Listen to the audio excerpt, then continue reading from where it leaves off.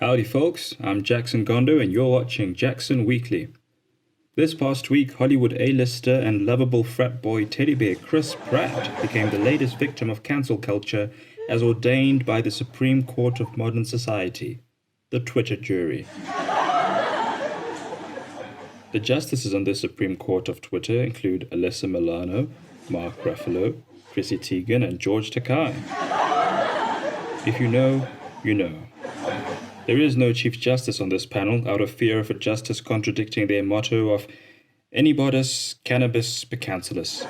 Translated into English, anybody can be cancelled.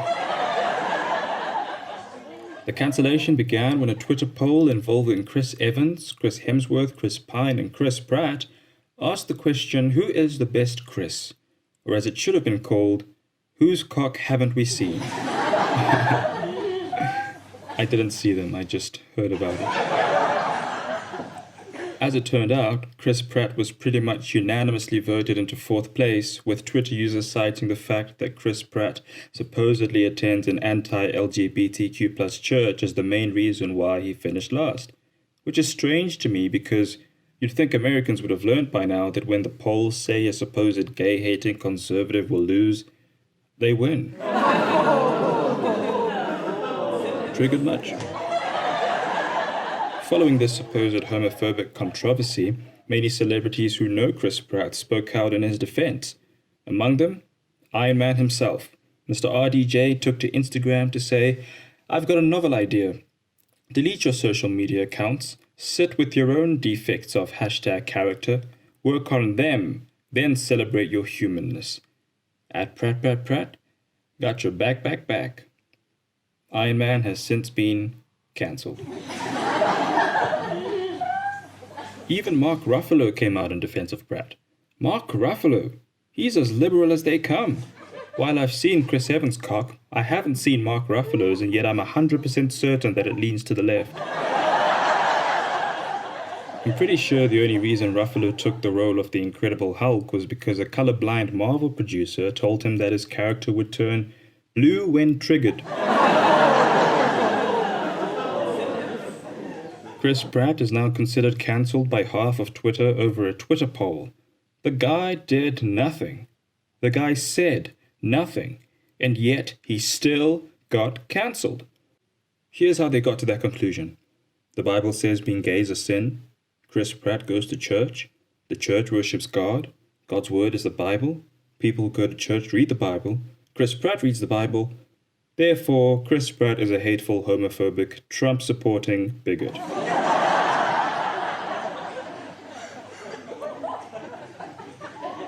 And like Leonardo DiCaprio dating a girl that's out of high school, that's a bit of a reach.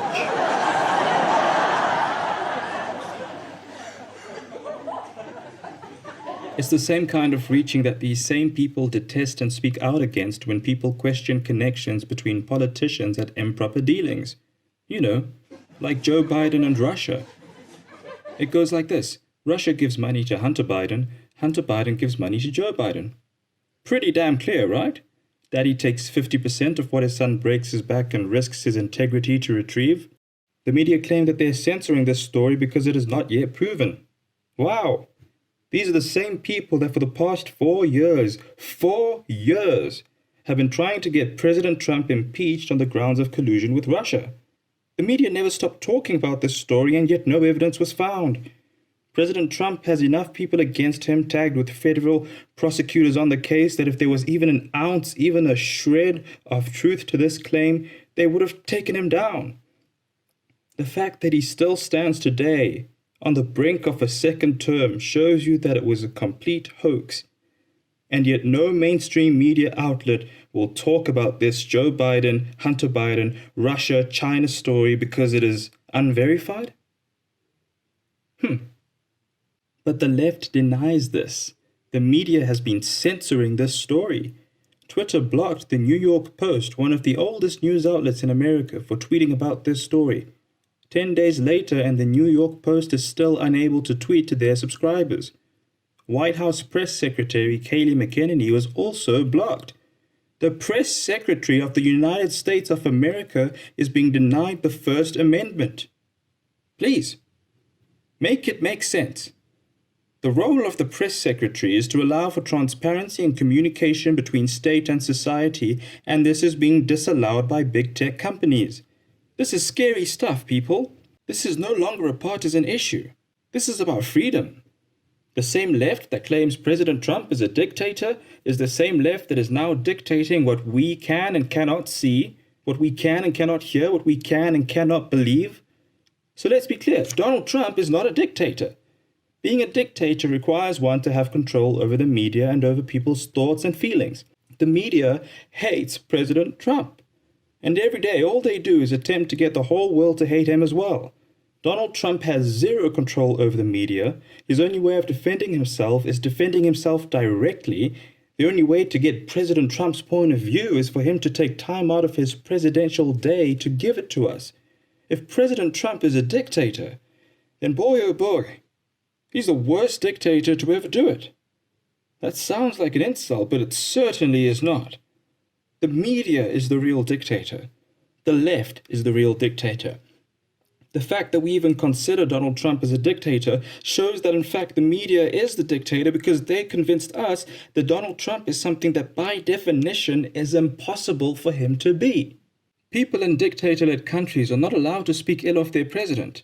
All it takes is scrolling through Twitter for 15 seconds to realize that a Trump dictatorship is nothing but a sheer falsehood. The fact that Donald Trump is considered a dictator in fact shows just how much freedom exists in the United States. Ask yourself, do you dislike Trump because you dislike Trump? Or do you dislike Trump because the media told you so? It's really funny and ironic because they call themselves liberals and claim that their doctrine is tolerance, but it seems they only tolerate you until you question or oppose their beliefs. Sounds a bit like intolerance to me. And now there's a new fuss making the rounds, given the increasing number of black Trump supporters. Liberals are all over social media mocking black people who vote for Trump, labeling them as idiotic or ignorant. After rapper 50 Cent came out in support of Donald Trump, his ex-girlfriend and ex-relevant celebrity Chelsea Handler said she had to remind 50 Cent that he was black. Excuse me? Am I the only one that is appalled by just how condescending and downright offensive that is? And many liberals share the same mindset. Liberals claim that they want to end racism, but they make a fool of any person of color that dares to question their doctrine. It's almost as if they believe they own the black vote. And black people ought to do what they say, and if they don't, they will be dealt with a scorn or a whip. I'm going to leave it at that. These liberals are denying people of color the right to think for themselves. In Joe Biden's own words, if you don't vote for him, you ain't black. If you're a white liberal right now and you are appalled that a person of color does not vote for your party, you might be a little more racist than you think. While the mainstream media remains silent and claim nothing is worth reporting from the Biden camp, newly leaked photos show Hunter Biden, Joe Biden's son, in very compromising positions. Now, of course, there's nothing wrong with little Hunter. Yes, little Hunter. Basking in the nude. There's nothing scandalous in that. But what about this? A credit card next to lines of cocaine on the table.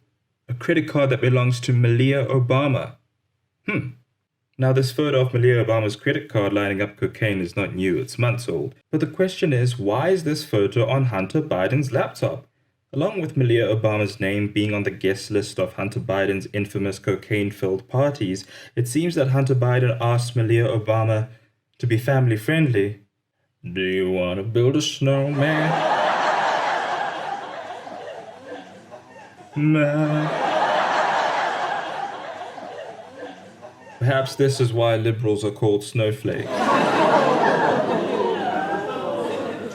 Once again, folks, I don't care about what Hunter Biden does in his spare time. As a matter of fact, when I saw his nudes, my first thought was, I can't believe I take better nudes than the son of a former vice president.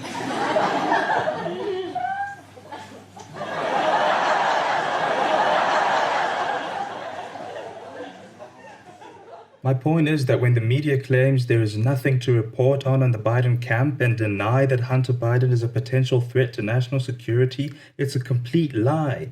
The media is a protector and enabler of the Democratic Party. In the 2016 presidential election, Hillary Clinton deleted over 33,000 emails from her private server. This went under FBI investigation. A presidential candidate was under federal investigation during a run for office, but all CNN could focus on was Trump calling Mexican drug dealers bad hombres. Seriously? To bring it closer, on June 2nd, 2020, Hillary Clinton was due to attend a virtual hearing on a motion to avoid getting an in-person deposition on the fact that she had sent 600,000 emails on a private server during her tenure as Secretary of State. That sounds very newsworthy to me. Why does nobody talk about that? Perhaps because June 2, 2020 was on the same day as Blackout Tuesday. So while the mainstream media gave 24-hour coverage on protests, a former Secretary of State, former First Lady, and former presidential candidate was appealing in a virtual court. And her appeal was denied, by the way, and nobody talked about it. Can you imagine if President Trump sent 600,000 emails on a private server while being president? Can you imagine President Trump deleting 33,000 emails as president? Can you imagine President Trump being under a federal investigation while running for office? Can you imagine if President Trump's son was caught with photos of himself snorting cocaine and committing acts of debauchery on camera? And on top of that, making business off the books with China, Ukraine, and Russia. President Trump wouldn't be able to survive any one of those scandals. And yet the Democrats and the media are accusing him of things that can't be verified. And some of you will say, well, he's the president. Biden and Clinton are not. These attacks on Trump began long before he became president. The media dug up everything they could. Some of you will say, leave the families out of it.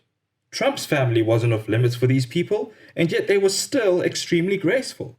When Malia Obama was caught smoking rings of pot, the internet scrutinized her, but coming to her defense was Ivanka Trump. Ivanka Trump commented, Malia Obama should be allowed the same privacy as her school-aged peers. She's a young adult and private citizen and should be off limits. But I bet you didn't hear about that either. The media is controlling our minds. They're telling us how to think, and they're telling us how to vote. That should scare us. It doesn't matter who you support. Whether you support Trump or Biden, you're a tax-paying citizen who deserves to have their voice heard and deserves respect. But right now, there's only one candidate advocating for freedom, while the other candidate is trying to suppress it. This goes even beyond America. If the government can be censored in the United States of America, there is truly no limit to the potential suppression of free speech around the world.